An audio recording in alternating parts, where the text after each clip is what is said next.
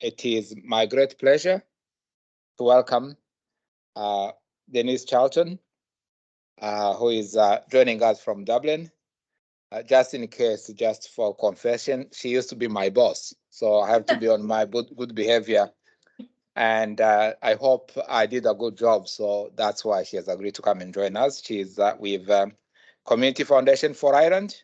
So after Denise, we'll go from Dublin to Wales, where we'll be getting Matthew Blount to speak to us. And then I hope, Denise, you'll stay along afterwards for question and answers, which will be facilitated by my colleague, Daniel. So without further ado, Denise, over to you. Thanks, Fidel, and thanks for the invitation to speak at today's conference. The first thing I'll say is that Fidel is probably one of the best collaborators that I know in terms of ensuring that collaboration is cohesive and influences leadership. So I'm delighted to be here. I'm going to share some slides, so bear with me.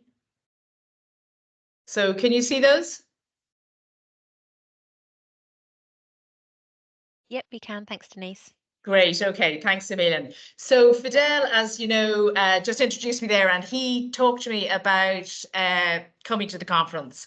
And I come to the conference, I suppose, with three hats. The first is as an activist, as somebody who has been in the voluntary sector for many, many years, collaborating. And now I come with a foundation lens. So I'm part of Community Foundation Ireland. I'm the chief executive. And for those of you that don't know us, we are a global mechanism for strategic giving. And our mission is equality for all in thriving communities. And we realise that in two ways. One is through donors, 110 trusts, foundations, corporates, individual families, and 500 voluntary organisations working across the island of Ireland. So collaboration and its connection to leadership is something that I've been involved with and thinking about for many years, and I've seen the good and the bad. What I'd like to do is just present a case study this morning or this afternoon on Yes Equality, which was the campaign in Ireland to extend equal marriage. And the reason why I do this, in my view, it's one of the really good examples of how cohesive collaboration influences leadership and how leadership influences cohesive collaboration. As I said, I've seen collaboration and leadership work together hand in hand in the best ways and the worst ways. And I think this is one that we really learned an awful lot of lessons from. So for those of you that don't know the campaign, it basically was a constitutional amendment, which meant we had to go to a public vote. And this was the first time that this was ever done globally. So the change to the constitution was proposed marriage may be contracted in accordance with by law by two persons without distinction to their sex. And it was passed by 22% of voters in a primarily Catholic country, so it was no mean feat. So what we knew in advance, we knew that 30% were going to vote no, we knew that 30% were going to vote yes, and we knew that 40% were the movable middle, and they were the ones that we had to persuade while we kept our own base. So what did we learn about leaders, about collaboration, cohesive collaboration? We called it the 3 C's, and the 3 C's were clarity, capacity, chronology, and they all resulted in collaboration. So the clarity bit was that we had to be really sure what the solution was, and that was to win the constitutional referendum by 1 vote. We didn't have to persuade everybody, but we did have to keep our base and persuade the movable middle. So the question posed is, do you want to win the argument or do you want to win the referendum? The capacity question was what was our work and who were we bringing with us and how do we build a winning team? We couldn't be all things to all people, and the very design of what we were about started the collaboration. Who did we need to bring into the tent initially? And the chronology then was that clarity around the campaign, but the plan and the timelines. We also talked about clarity, unity and urgency. So the clarity around the message. So we moved into a neutral brand, and this was the start of the collaboration. And it was the leadership that came together from Marriage Equality, from the Irish Council for Civil Liberty, from Glen, and we hadn't all been on the same page to this point. So it was a single civil society-led campaign with a new organisation and brand, Yes Equality, that had 100 days to win, to win the campaign. Unity was about, I suppose, we knew that we couldn't do it without collaborating, and really wide collaboration. So the leadership of those organisations came together and said, we'll put our differences behind us and we'll do this together. And then research had shown that this was really important to the LGBT plus community. So we knew that we had to provide the vision for the journey, and that would take collaboration in the design of that. And then there was urgency. It was a post-constitutional conversation, and the government's term was ending. So in terms of the collaboration, we knew that we had to be really clear. So that clarity point. So we agreed and we co-designed what the campaign would be. So it would be to lead, support and coordinate all the Yes Vote activity. So that means we had to collaborate really widely. We had to bring everybody into the tent. We had to orient the campaign as much as possible towards the middle ground, to an older audience. And that meant that the messaging wasn't going to suit everybody.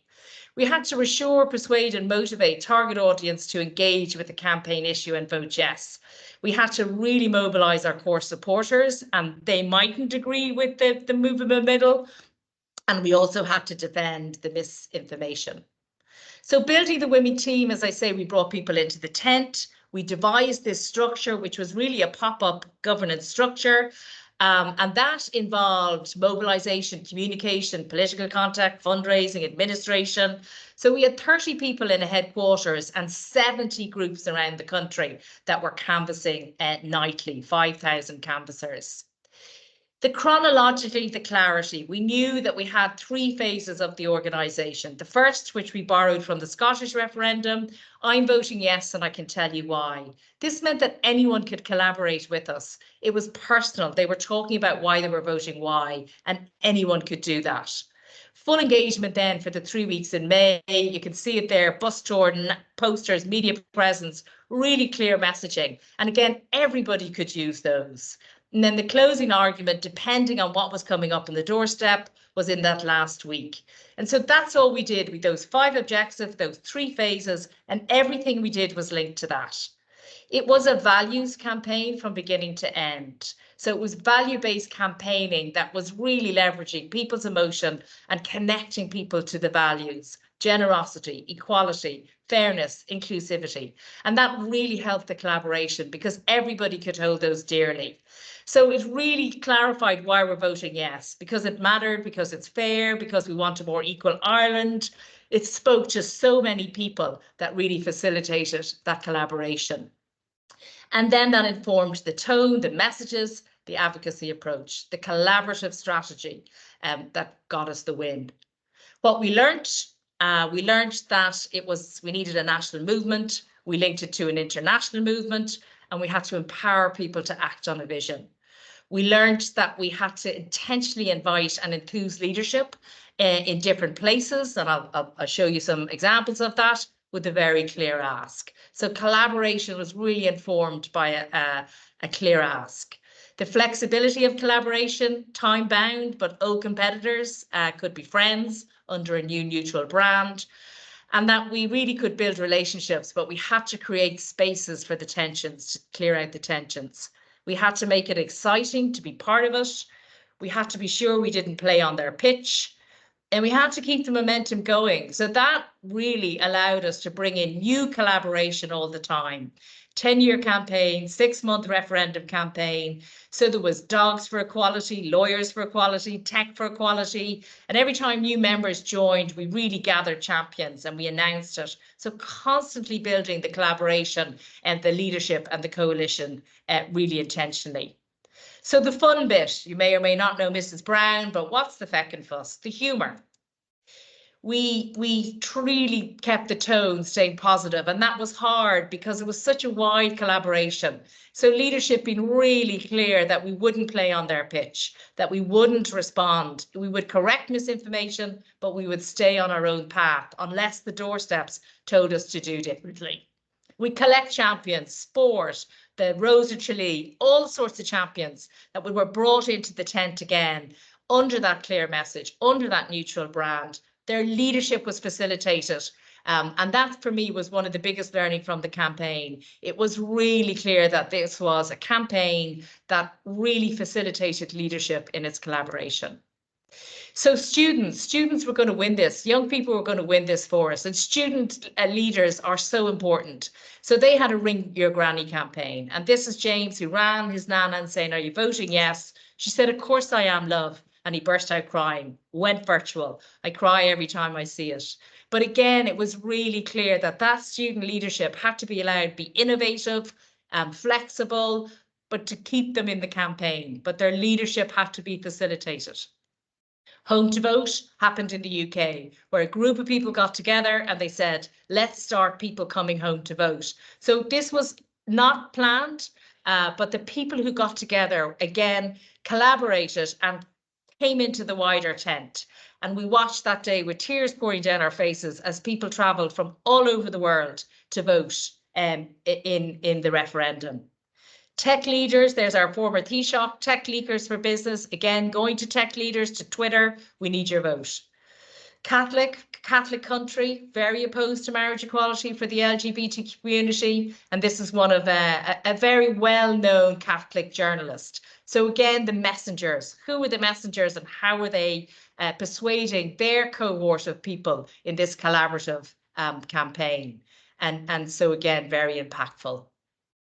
Fathers for yes, showing that fathers wanted to come out. They wanted their children to have the same rights, regardless of who they loved.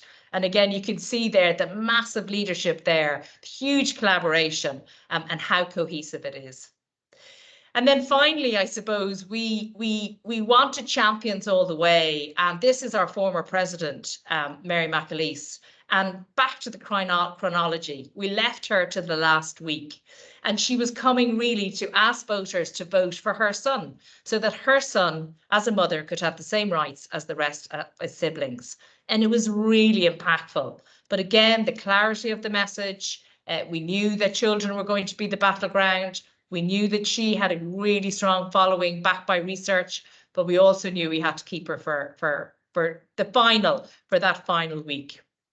So I suppose the conclusion, when it works, cohesive influence on leadership strategy, collaboration is so powerful.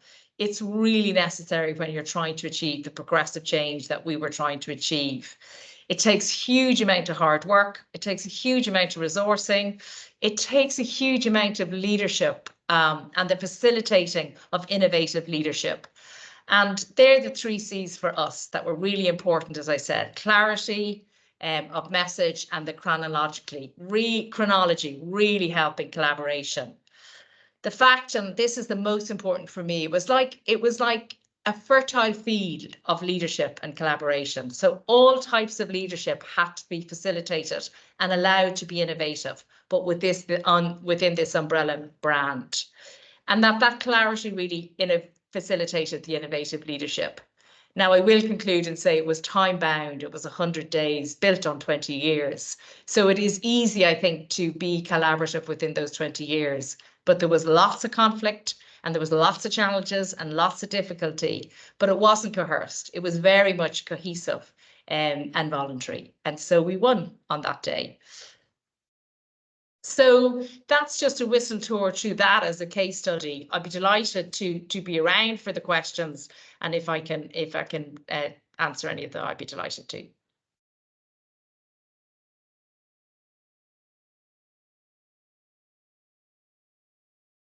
Thank you, Denise. I'm conscious that we are slightly behind, but what we'll do is we'll hear from Matthew, and then after Matthew's input, we will have question and answers facilitated by my colleague Daniel. Over to you, Matthew.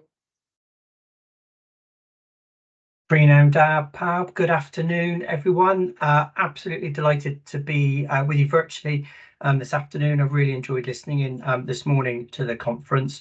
So to introduce myself, I'm Matthew Brown. I'm the Deputy Chief Executive of the Wales Council for Voluntary Action, and I've just loaded a few slides up on the screen that hopefully everyone can see now.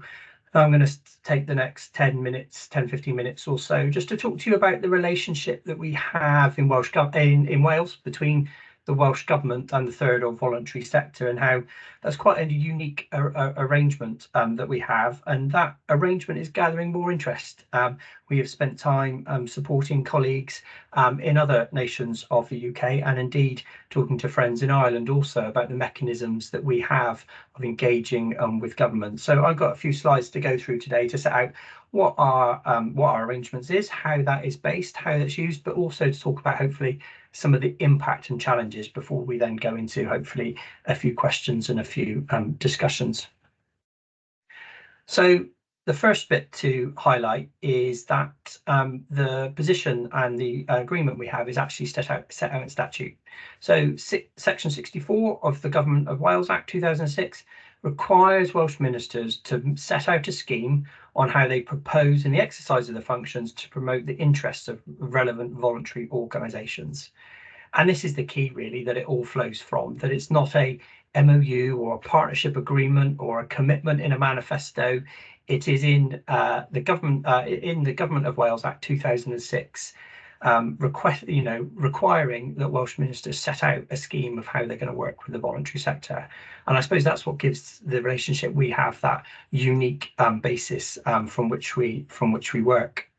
So the important bit then is what is that third sector scheme, and how do we go about creating it and working on it? Well, what we've got at the moment is a scheme that was last reviewed and set out in 2014, so it's 10 years old, and perhaps I'll get to that in a moment in terms of next steps. But that scheme does a number of things, and if you just give it a quick Google, and I'm happy to share the link after the conference as well. It's set out as a public document for everyone there to read.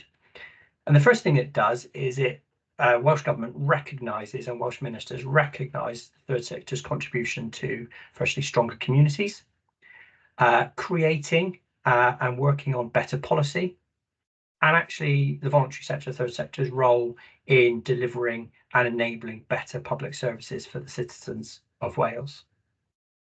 There are a number of cross-cutting themes as well that it's recognised the voluntary sector plays such an important role in.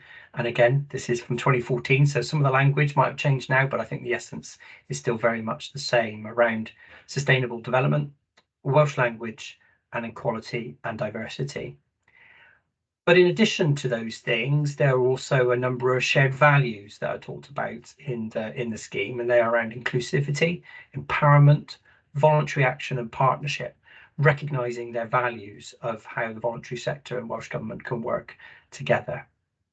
And there are also some key principles, and I think these are also key in terms of setting out our relationship in terms of how we work together, but our independence from each other and the stakeholders that we both have. And those key principles are mutual respect, integrity and trust. So the fact that these things are set out in a scheme, I think, gives us a really strong basis then from being able to work from and to be able to deliver from. So to give a bit more perhaps of the detail then in terms of what does all that mean for the mechanics and the actual day-to-day operation in terms of what's expected, is they are required through the scheme to maintain arrangements for meaningful engagement and consultation with the third sector. So that means stuff that is very similar across all the nations represented today in terms of ability to contribute to consultations, to have enough time to be able to contribute to consultations, but it also goes further in terms of ensuring that the voluntary sector is involved in any working groups or task and finish groups or expert groups, anything along those lines that is something that is a part of the voluntary sector's work.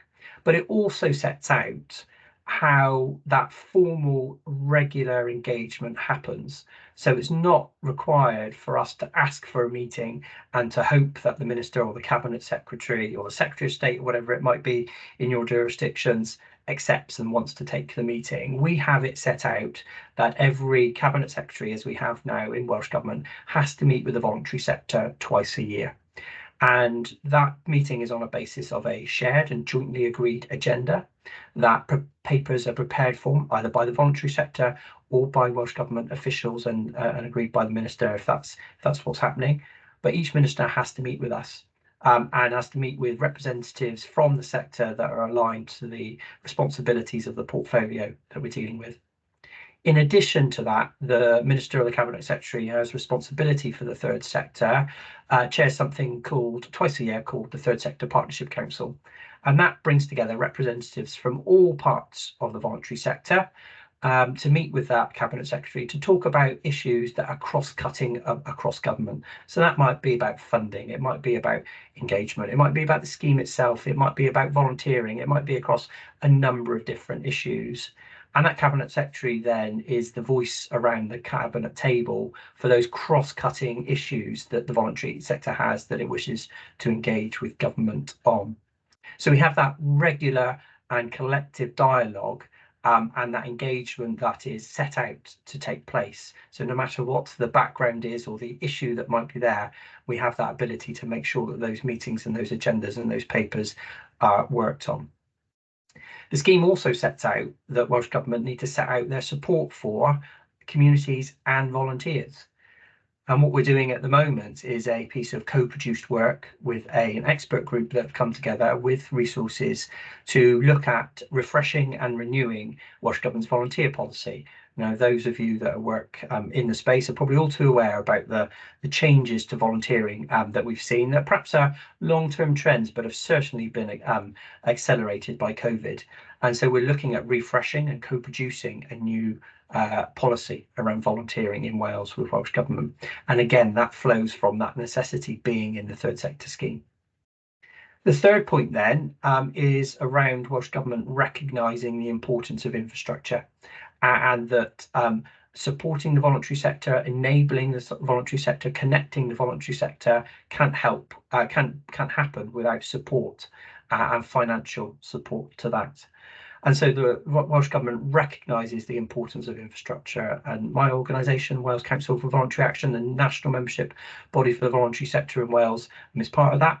And we do that then in partnership with the 19 county voluntary councils that we have in Wales. So again, that's set out in the scheme in terms of the importance of infrastructure, which I know is different across different parts of the UK in terms of how that's taken forward. And the fourth one then, and is really pertinent to us at the moment, is that Welsh Government have to set out a funding code of practice.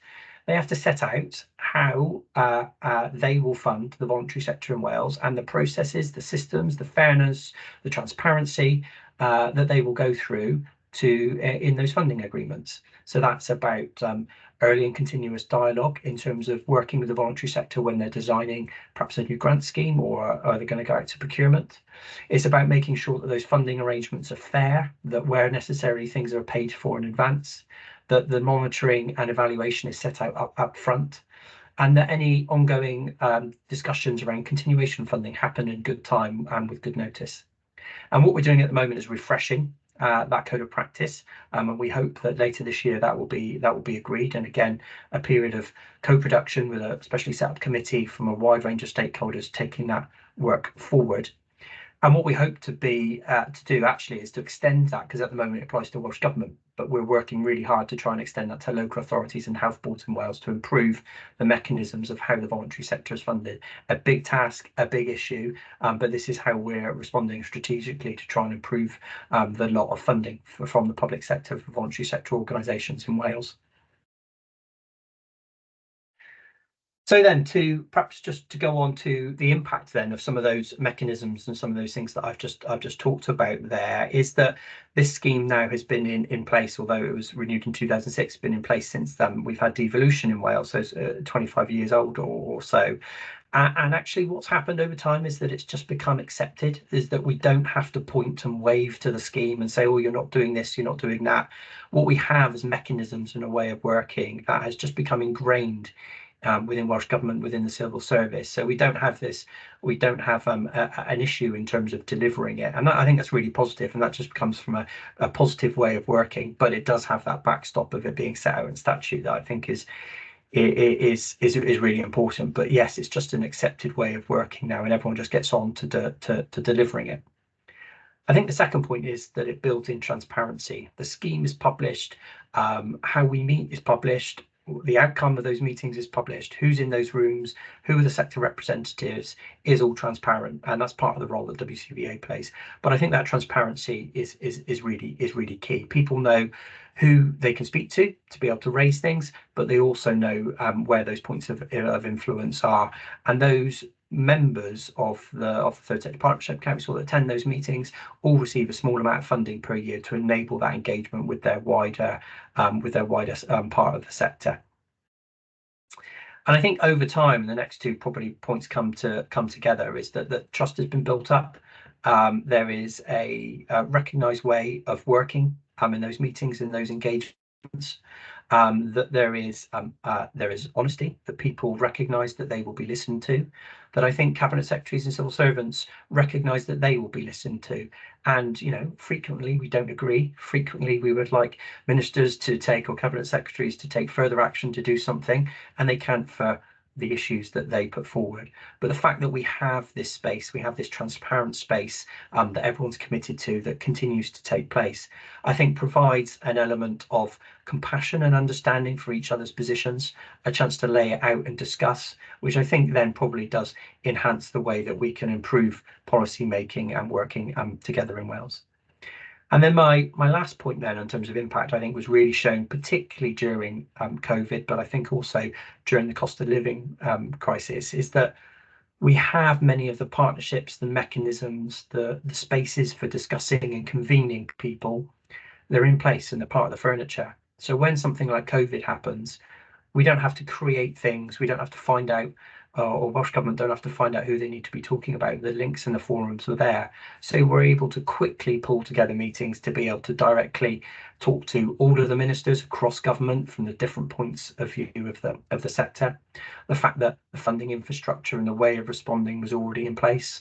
I remember taking part in a DCMS evaluation of response to funding the sector in England, and when we looked at the timetables, we had money in the accounts of organisations in Wales and them delivering before announcements were even made about what the provision might be in England. And I think that comes down to a lot about the relationships and the infrastructure we had in place ready to go.